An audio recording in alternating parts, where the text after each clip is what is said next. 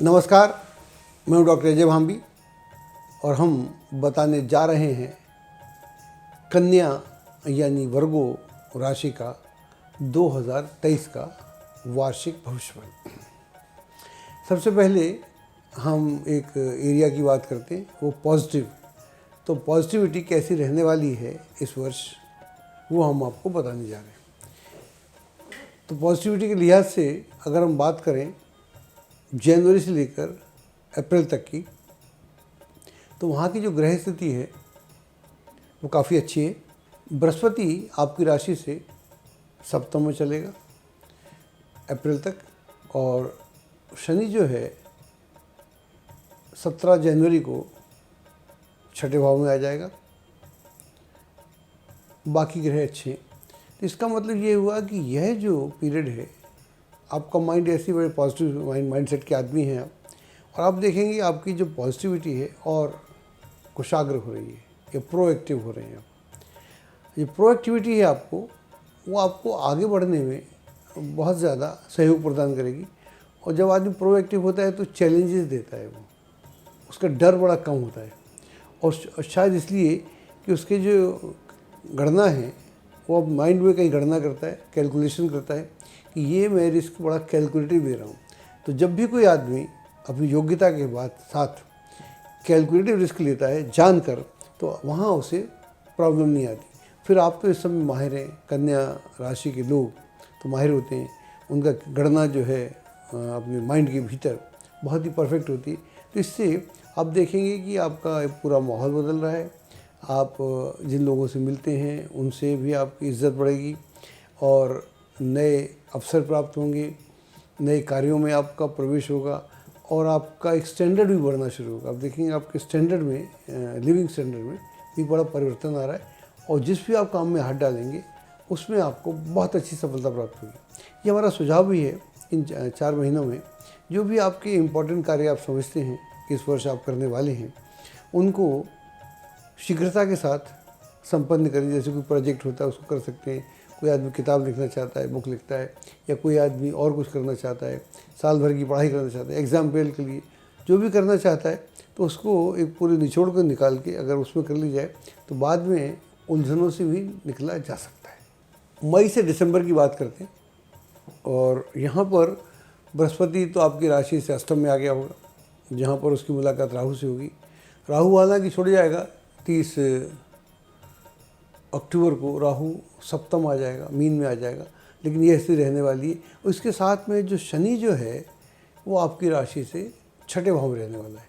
तो शनि छठे भाव में अच्छा होता है, बृहस्पति और राहु अष्टम भाव में अच्छे नहीं होते। इसका मतलब ये हुआ कि अगर हम बात करें मई से लेकर दिसंबर तक की, तो यह समय थोड़ा सा पॉजिटिविटी के लिए दिक्कत वाला समय है।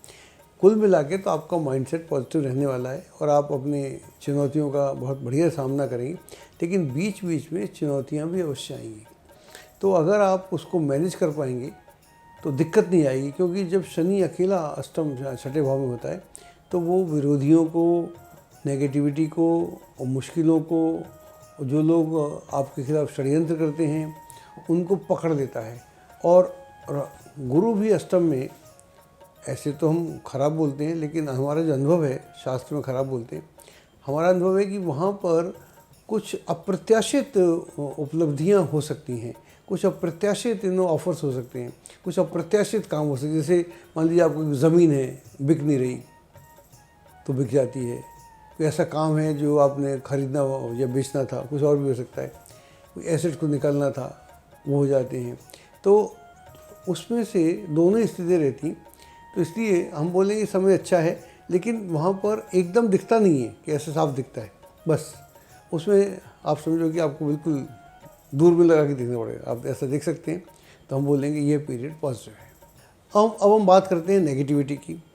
नेगेटिविटी की दृष्टि से नेगेटिविटी रहती है ज़िंदगी में साथ, ऐसा हो नहीं सकता दिन के बाद रात ना हो, रात के बाद दिन ना हो, ऐसा नहीं होता, लेकिन वो मैनेजेबल है। तो चूँकि पॉजिटिविटी की हमने बहुत बात की, वो अच्छी है। नेगेटिविटी थोड़ी सी है, बीच बीच में कभी कभी तंग करेगी, और वो भी इसलिए तंग करेगी क्योंकि नेगेटिविटी हम पे हावी होती है। ये एक जनरल रूल भी है और देखा भी है जब हमारी अलर्टनेस खत्म हो जाती है, हम अपनी मान्यता से चलते हैं, सिचुएशन का एनालाइज नहीं करते। आप तो कन्या राशि के लोग हैं जो कि बुद्धि से संचालित होते हैं, आप तो स्थिति का एनालाइज कर सकते हैं। अगर आप ठीक से स्थिति का एनालाइज कर सकेंगे तो ये नेगेटिविटी घटने से पहले दिखना शुरू हो जाएगी, तो उससे बचा जा सकता है। तो ये टेक्निक सिर्फ आपके पास है, 12 राशियों में, औरों के पास इतनी शार्प नहीं होती। अब हम बात करते हैं नौकरी व्यवसाय की। इसको हम कुछ महीनों में बांटने का प्रयास करते हैं। अगर हम जनवरी से लेकर अप्रैल तक की बात करें तो हम बोलेंगे ये वो समय है, अगर आप व्यापार में हैं तो व्यापार में इजाफा कर सकते हैं, उसको फैला सकते हैं, बढ़ा सकते हैं, या कोई नया व्यवसाय कर सकते हैं, कोई नई एसोसिएशन हो सकती है, नई पार्टनरशिप हो सकती है। तो ये बहुत ऐसे कार्य हो सकते हैं जो एक बार अच्छा सा कार्य हो जाए तो ये पूरे साल को आराम से आगे निकलता चला जाता है। जो लोग नौकरी में हैं या नौकरी की तलाश में हैं, उन्हें निराश नहीं होना पड़ेगा। तो नौकरी की तलाश में हैं तो आपको उसमें नौकरी आसानी से मिलेगी, अच्छी नौकरी मिलेगी, जिससे आपका मनोबल भी अच्छा होगा और आपके आसपास का माहौल भी काफ़ी खूबसूरत बनेगा। जो लोग ऑलरेडी नौकरी में हैं उन्हें आगे बढ़ने के, प्रमोशन के चांसेस मिलेंगे और आप देखेंगे कि आपकी जो मान सम्मान है उसमें भी वृद्धि हो रही है और सोशलाइज लाइफ जो है आपकी है पहले से काफ़ी इम्प्रोवाइज़ हो गई है। आर्थिक दृष्टि से भी यह समय बहुत अच्छा है, तो इसका आपको लाभ उठाना चाहिए। अब हम बात करते हैं अगले महीनों की। मई से लेकर दिसंबर तक का जो समय है वहाँ पर भी कोई बहुत ज़्यादा वर्तमान नौकरी में तो दिक्कत नहीं है, ना इसी व्यवसाय में दिक्कत है। वो जैसे चल रहे रूटीन में कोई दिक्कत नहीं है। अगर आप उसमें कुछ परिवर्तन करते हैं, मान लीजिए आप एक नौकरी में हैं और आप कहते हैं इस नौकरी में नहीं रहना चाहता मैं, और ज़रा सी बात को आप बहुत बतंगड़ बना लेते हैं। थोड़ी सी बात हुई ऑफिस में, आपको लगता है इस ऑफिस में नहीं रहना, तब आपको दिक्कत आ सकती है। तो ऐसा कोई फैसला हो तो ज़रा सोच समझ के लीजिएगा, जल्दबाजी में ना लीजिएगा। ऐसी व्यापार में है तो व्यापार आप कर रहे हैं जिन लोगों के साथ वो चलता रहेगा। अगर आप उसमें कुछ इमीडिएट सडन चेंज करना चाह रहे हैं और अपनी मर्ज़ी से करना चाह रहे हैं तो फिर आपको दिक्कत आ जाएगी। ये ध्यान में रखने वाली बात है। रूटीन में दिक्कत नहीं, लेकिन अगर हम खुद से चेंज करते हैं तो yes, then you will face crisis. एक और मशवरा है कि जो आपके आसपास के लोग हैं उन पर भी ध्यान देना चाहिए। कई बार क्या होता है कि हमारे आसपास के लोग जो होते हैं वही कुछ ना कुछ षड्यंत्र करना शुरू कर देते हैं और हम भरोसे में रहते हैं, तब हमको धोखा हो सकता है। तो ऐसी स्थिति में इस बात का भी अंदाज़ लगाते रहना चाहिए बीच बीच में कि जो हमारे आसपास के लोग हैं उनकी जो हमारे प्रति एक आस्था थी, श्रद्धा थी, लॉयल्टी थी, उसमें कमी तो नहीं आ गई। कई बार इस तरह से भी धोखा अक्सर हो जाता है। लव लाइफ की दृष्टि से समय बहुत अच्छा है और ख़ास तौर से जो पहले के 4-5 महीने हैं उसमें जो लिव इन में हैं उनके लिए अच्छा है। मान लीजिए आप लिव इन से चाहते हैं कि अब ये रिलेशनशिप में बदल जाए मैरिज में, तो इसकी पूरी पॉसिबिलिटी है। अगर ऐसा मन है तो इसको कर लीजिएगा, तो इसमें आपको आसानी से दिक्कत नहीं आएगी। और जो लोग विवाह के इच्छुक हैं तो उनके लिए यहाँ विवाह का पूरा सहयोग बना हुआ है और ये जो विवाह होगा काफ़ी अच्छा होगा, सार्थक होगा, आपकी मन मर्जी का होगा। जिन लोगों का प्रेम प्रसंग चल रहा है उसको भी विवाह परिणत करना चाह रहे हैं तो उन्हें कोई दिक्कत नहीं आएगी। मई से लेकर शेष वर्षांत तक के महीने जो हैं प्रेम संबंधों के लिए, लव लाइफ के लिए अच्छे हैं, बुरे नहीं। उसमें एक अनुकूलन बना रहेगा। थोड़ी बहुत मुश्किलें आएंगी तो उसमें कोई दिक्कत नहीं है, लेकिन कुछ महीने हैं इधर अगस्त और अक्टूबर के जो महीने हैं उसमें ध्यान रखिएगा। उसमें अगर कोई मनमुटाव होता है या लगाव होता है और उसे हम समय रहते दूर नहीं करते तो वो फिर वो चिंता का विषय हो सकता है। तो ऐसी कोई स्थिति हो तो उसको ज़्यादा तूल ना दें। तूल देने से कई बार स्थितियाँ हाथ से निकल जाती हैं। समय रहते अगर आप उसको नियंत्रण में करेंगे तो कोई दिक्कत नहीं आएगी। अब हम बात करते हैं स्टूडेंट्स की। अगर आप विद्यार्थी हैं, स्टूडेंट हैं, तो आपके लिए शुरू के 4-5 महीने बहुत ही अच्छे हैं, जहाँ पर जो भी आपका लक्ष्य है उसे आसानी से प्राप्त किया जा सकता है और लक्ष्य बड़ा भी हो तो भी किया जा सकता है। अपने प्रयत्नों में आप कमी ना आने दें।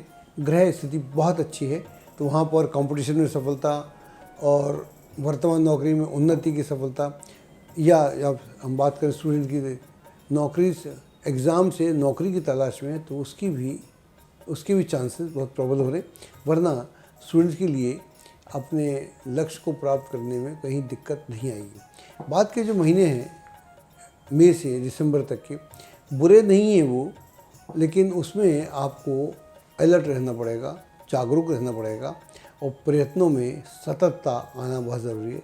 अगर सतत प्रयत्न रहेंगे तो निस्संदेह आप अपने लक्ष्य को आसानी से प्राप्त कर पाएंगे, वरना लक्ष्य प्राप्त तो हो भी जाएगा लेकिन उसमें कई बार परसेंटेज का या ग्रेड का अंतर आ जाता है, तो उससे भी आपको दिक्कत आ सकती है। इस बात का भी आपको ध्यान रखना चाहिए। हेल्थ की दृष्टि से पूरा वर्ष ही अच्छा है, कुछ ज़्यादा दिक्कत वाली स्थिति नहीं है, और शनि जब छठे में हो तो दिक्कत नहीं देता। और अभी यहाँ जनवरी से लेकर अप्रैल तक तो बहुत ही अच्छा है। जो लोग हेल्थ बनाने के मूड में हैं या कुछ नया रिजॉल्व करना चाह रहे हैं, लक्ष्य प्राप्त करना चाह रहे हैं, वज़न घटाना है या कुछ और करना है, उनके लिए कोई दिक्कत वाली बात नहीं है। हेल्थ के लिए अच्छा है, कोई विशेष हमको नहीं लगता। एक दो स्थितियाँ हैं वो टाली जा सकती हैं। दुर्घटना के प्रति सावधान रहना चाहिए, और जो लोग क्रॉनिक पेशेंट हैं उन्हें भी अलर्ट रहना चाहिए। कुल मिला के ऐसा कहा जा सकता है कि यह वर्ष आपके लिए बहुत ही माकूल है और इसमें आगे बढ़ने के आपको बहुत बहुत अवसर प्राप्त भी होंगे। हमारी शुभकामनाएं आपके साथ, यह आपका नया वर्ष बहुत ही शुभ हो और सारी आपकी मनोकामनाएं पूर्ण हो और आप अपने लक्ष्य को प्राप्त करें, और ऐसे ही जीवन में हंसते रहें, खेलते रहें और आगे बढ़ते रहें।